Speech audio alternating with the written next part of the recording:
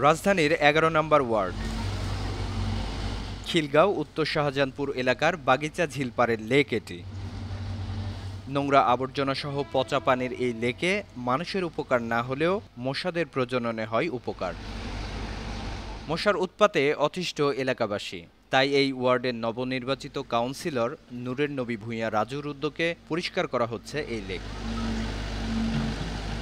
Councillor জানান, শুধু মশা নিধনের অংশ হিসেবেই নয়, বরং তিনি নির্বাচিত হওয়ার আগে যেসব ওয়াদা করেছিলেন সেগুলোই একে একে বাস্তবায়ন করছেন তিনি। আমরা আগে বলেছিলাম যদি নির্বাচিত হই তাহলে বিশেষ করে যে ঝিল থেকে লক্ষ কোটি মশার সৃষ্টি হয় এবং আবর্জনা যেখানে সেই জায়গাটা আমরা পরিষ্কার করব।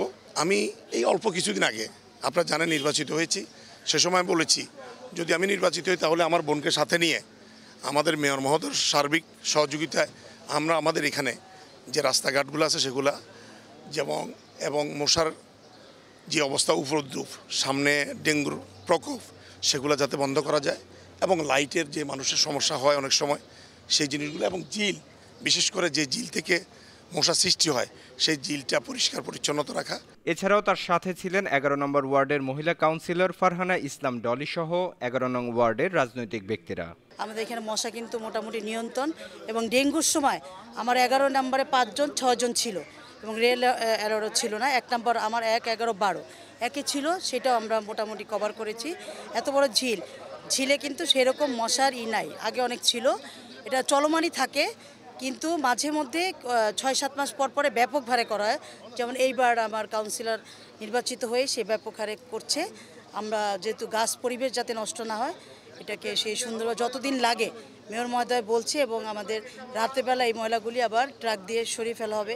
আমাদের ইঞ্জিনিয়ার সাহেব নিজে আছেন, তিনি প্রতিজ্ঞা করেছিলেন যে এখানে তিনি নির্বাচিত হলে এখানে মশা নিবারণ, সন্ত্রাসী নিবারণ, তারপরে এইখানে ঝিল পরিষ্কার হতে শুরু করে যা যা তিনি প্রতিশ্রুতি দিছে তা বাস্তবায়ন করতেছে বর্তমানে। আমরা আশা করি যে মেয়র মহোদয়ের যেই উদ্যোগ এবং ভিশন সেটাকে সামনে নিয়েই আমরা প্রতি বছর নেয় এই কার্যক্রমটা সুষ্ঠুভাবে সম্পন্ন করতে সক্ষম হব। তবে এখানে সবচেয়ে বড় বিষয় হচ্ছে আমরা যে কোনো উন্নয়ন প্রকল্প গ্রহণ করি না কেন, যদি জনসম্পৃক্ততার সাথে না থাকে তাহলে সেটা কোনো সবসময় ব্যাহত হয়। প্রতিটি ওয়ার্ডেই এমন পরিচ্ছন্নতা অভিযান করা গেলে মশামুক্ত রাজধানী গড়ে তোলা সম্ভব বলে মনে করেন সচেতন নগরবাসী।